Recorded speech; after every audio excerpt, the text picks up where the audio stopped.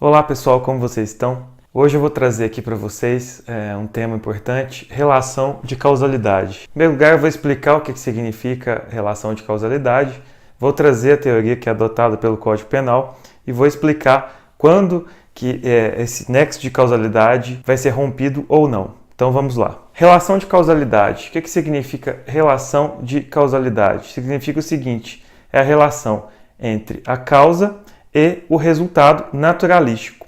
Portanto, essa teoria ela vai ser relevante para os crimes materiais, ou seja, aqueles crimes que dependem da ocorrência de um resultado naturalístico. Por exemplo, um homicídio, ele depende de um resultado naturalístico, que é a morte da pessoa. Para os crimes formais e de mera conduta, essa teoria não será necessária. Crime formal, por exemplo, extorsão mediante sequestro, o resultado ele é previsto na norma, no entanto, não é necessário para a ocorrência do delito, basta tão somente a extorsão. Então vamos prosseguir e vamos falar da teoria da equivalência das condições ou conditio sine qua non, que é a teoria adotada pelo Código Penal, lá no artigo 13. Essa teoria ela vai dizer o seguinte, que a causa ela é uma soma de todas as condições consideradas no seu conjunto, produtoras de um resultado. É a teoria adotada no caput do artigo 13. Essa teoria, ela de certo modo é muito abrangente, porque ela considera como causa toda aquela conduta que concorreu para a ocorrência daquele resultado. Desse modo, toda conduta que necessariamente concorreu para um crime, para um delito, ela pode ser considerada dentro desse processo causal. Um exemplo, uma pessoa que mata outra com o emprego de arma de fogo. Se nós empregarmos essa teoria, o agente que fabricou a arma de fogo pode ser considerado responsável pela prática do homicídio. Por isso é que existe o juízo hipotético de eliminação, de Tirren. Ele vai averiguar se todas aquelas condutas elas concorreram para a ocorrência do resultado, mas se elas tiveram relevância na ocorrência daquele resultado.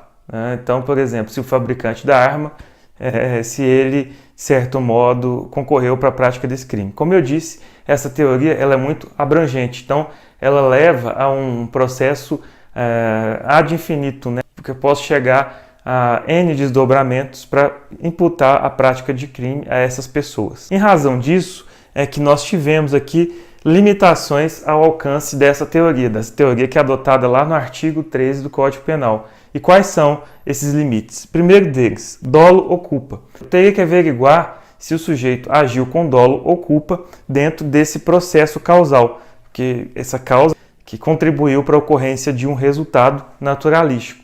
Então eu tenho que averiguar se o sujeito que praticou aquele delito, se ele agiu com dolo ou culpa. Voltamos lá no exemplo do indivíduo que fabricou a arma de fogo, e posteriormente o indivíduo que vendeu a arma de fogo, que comprou. Todos esses indivíduos não atuaram com dolo ou culpa. Eles se limitaram, dentro desse processo causal, a agir como pessoas fabricantes de arma, que venderam a arma, comerciantes, fabricantes. Então, não tiveram o dolo de colocar fim à vida de outra pessoa. Então, essas pessoas, dentro da análise do dolo ou da culpa, não estariam responsabilizadas pela prática daquele homicídio. Com relação ao conteúdo do nexo causal, há divergência doutrinária. Uma corrente entende que o dolo e a culpa, na verdade, eles estão inseridos lá como na relação de tipicidade e não propriamente dito no nexo causalidade. Nesse exemplo que eu acabei de falar, do indivíduo que fabrica arma de fogo, o indivíduo que comercializa, para essa teoria que eu acabei de indicar aqui, a conduta deles concorreu para a ocorrência do resultado. Então, o nexo de causalidade estaria evidente. No entanto, para a primeira posição, embora exista o nexo de causalidade, como não há dolo ou culpa, então isso estaria cortado na própria tipicidade. Então não há dolo ou culpa. Com relação à segunda corrente, ela afirma que, na verdade, não há sequer nexo de causalidade. Por quê? Porque além daquele processo causal físico, eu teria que avaliar também o elemento subjetivo dentro do nexo de causalidade, o dolo ou a culpa. Então, para essa segunda corrente, sequer haveria nexo de causalidade. Por último, com relação ainda às limitações ao alcance da teoria que nós estamos trabalhando, nós temos ainda as concausas. Com relação a esse teminha aqui, eu peço especial atenção, porque ele costuma causar um pouco de dificuldade, mas não é nada dificultoso. Vamos lá. Nós temos dois tipos de concausas absolutamente independentes e concausas relativamente independentes. O que significa concausas? É uma outra causa, além da causa daquele sujeito, que concorre para o resultado. Então, por isso nós vamos estudá-las.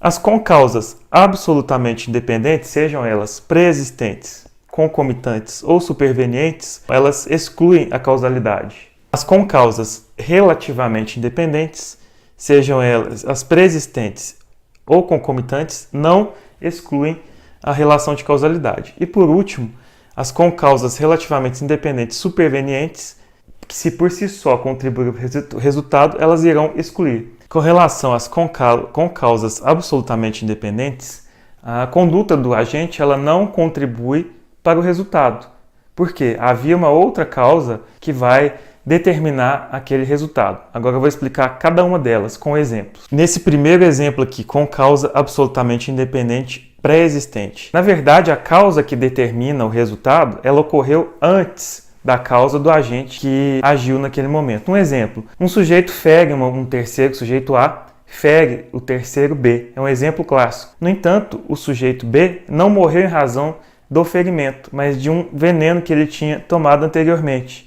Então, vocês podem notar que existe uma concausa aqui absolutamente independente, pré-existente àquela conduta do agente. Por isso, nesse caso aqui, exclui a causalidade, ainda que o agente tenha ferido essa terceira pessoa. Ele não morre em razão desse ferimento, mas sim em razão de ter ingerido o veneno. Segundo caso, com causa absolutamente independente, concomitante. Nesse caso, a causa que gerou o resultado, ela é concomitante, ou seja, ela acontece no mesmo momento da conduta do agente. Bom, no último caso aqui das concausas absolutamente independentes, nós temos as supervenientes. A causa que determinou o resultado, ela vem depois. Por isso que se trata de concausa absolutamente independente superveniente.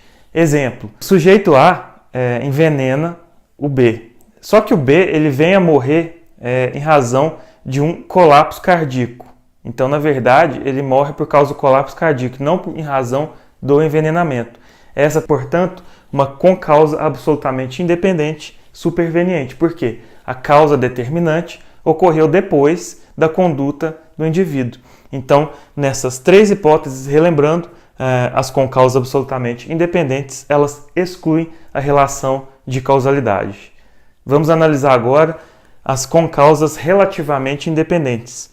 Nós vamos ver que as pré-existentes e as concomitantes, tranquilo, elas não excluem a relação de causalidade. Vou explicar com exemplo. Bom, primeiro exemplo, concausa relativamente independente pré-existente. Sujeito consciente de que o sujeito B, por exemplo, é portador de hemofilia. Ele esfaqueia esse sujeito e ele vem a falecer em razão da hemofilia. Portanto, nesse caso, como as duas causas se encontram na mesma linha de desdobramento causal, o resultado vai ser imputado ao agente. Então, não exclui a relação de causalidade. Aqui nas concausas relativamente independentes concomitantes, duas causas novamente vão contribuir para o resultado. Um exemplo clássico também, o sujeito vai e dá duas facadas contra um terceiro, e esse terceiro morre em razão de um ataque cardíaco. Mas no laudo pericial se descobre que aquelas facadas contribuíram para a morte dele. Então, nesse caso, elas são concomitantes porque ocorreram no mesmo tempo, se encontram na mesma linha do desdobramento causal e, por isso, o sujeito que desferiu as facadas também responderá, nesse caso aí, pelo crime. Porque, como eu disse, não exclui a relação de causalidade. Bom, temos agora a exceção do artigo 13, parágrafo 1º do Código Penal, que é exatamente a concausa relativamente independente, superveniente, que por si só contribui para o resultado. O que acontece? Nesse caso, nós temos uma conduta posterior à conduta do agente, e essa conduta, por si só, foi a que gerou o resultado criminoso. Nesse caso, o que vai acontecer? A concausa relativamente independente superveniente, ela vai excluir a relação de causalidade. Essa é a mais importante, artigo 13, parágrafo 1º do Código Penal. Então, nesse caso, a relação de causalidade será excluída. Um exemplo clássico, inclusive, que vocês encontrarão nos livros de doutrina, com certeza, é o do sujeito que atira em B com a intenção de matá-lo. No entanto, um sujeito C acaba salvando esse indivíduo e ele é colocado numa ambulância, vai até o hospital. Chega no hospital, é até interessante e engraçado esse exemplo, o hospital desaba e o sujeito falece, morre em razão desse desabamento. Como vocês podem verificar, nesse caso aí, a relação de causalidade superveniente, ela, por si só, originou o resultado, porque o desabamento nada tem a ver com o disparo efetuado pelo indivíduo. Então, nesse caso, o indivíduo que efetuou os disparos, ele responderá tão somente pelos atos praticados. Por isso, ele vai responder por uma tentativa de homicídio, porque no momento que ele efetua o disparo contra o terceiro, ele deseja matá-lo. No entanto, ele não responderá pelo resultado morte, porque a causa superveniente, o desmoronamento, não tem relação, não se encontra na mesma linha de desdobramento causal dos disparos efetuados pelo indivíduo. Nesse mesmo exemplo do sujeito que efetua os disparos contra um terceiro, e esse terceiro que não morre em razão dos disparos, mas morre em razão de uma infecção hospitalar decorrente do estado de saúde precário dele. Ela, por si só, não é determinante para o desfecho do homicídio. Por quê? O que foi determinante também é a conduta do indivíduo que atirou sobre ele. Então, nesse exemplo específico, ele não se enquadra nesse caso aqui. Por quê? Não por si só, como a doutrina muito explica, para vocês tentarem compreender, ela não foi, por ela, tão somente por ela, a causa superveniente necessária para o resultado morte. É por isso que nesse último exemplo, por não se tratar de concausa relativamente independente, que por si só acarreta o resultado, é que o sujeito responderá pela conduta dele. Então por hoje é isso. Espero que vocês tenham entendido. Qualquer dúvida, manda aí uma mensagem. A gente procura responder na medida do possível. E no próximo vídeo trataremos de outro tema relevante. Muito obrigado e um abraço.